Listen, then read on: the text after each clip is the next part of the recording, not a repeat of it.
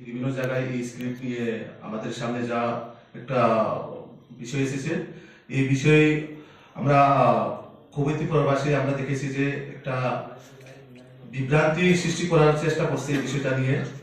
তারপরে আমাদের অনেক রাজনৈতিক দল সেটাকে লাভালাভি করার জন্য অনেক চেষ্টা করছে যে কিভাবে একটা ছাত্রদের মধ্যে ছাত্রছাত্রীদের মধ্যে বিভ্রান্ত সৃষ্টি করা যায়।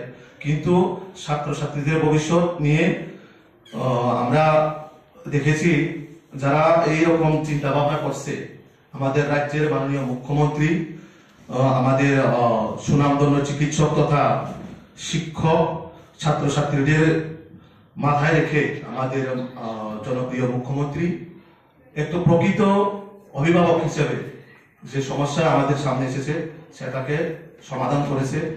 আমরা দ্রুতই আমরা গতকাল দেখেছি যে এটাকে কিভাবে সমাধান করা যায়। আমাদের মাননীয় মুখ্যমন্ত্রী বিধানসভাতেও বলেছে যে জনজাতিদের উন্নতি ছাড়া কোনোদিন ত্রিপুরা উন্নতি হতে পারে না। তাই জনজাতি ছাত্রছাত্রীদের কথা মাথায় রেখেই এই এত বড় বিষয়টা যে এসেছে আমাদের সামনে সেটা সমাধান হয়েছে।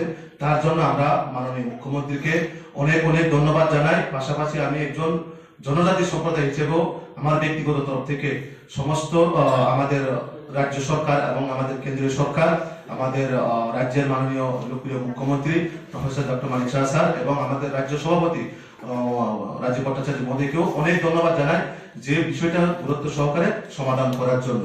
তো আমরা এই পরিস্থিতির মধ্যে যারা এই বিষয়টাকে জনজাতিদের মধ্যে বিভ্রান্ত সৃষ্টি করার চেষ্টা করছে, বিগত দিনে আপনারা দেখেছেন যে এই বিষয়টা নিয়ে তারা রাজনীতি লাভালাভি করার চেষ্টা করছে।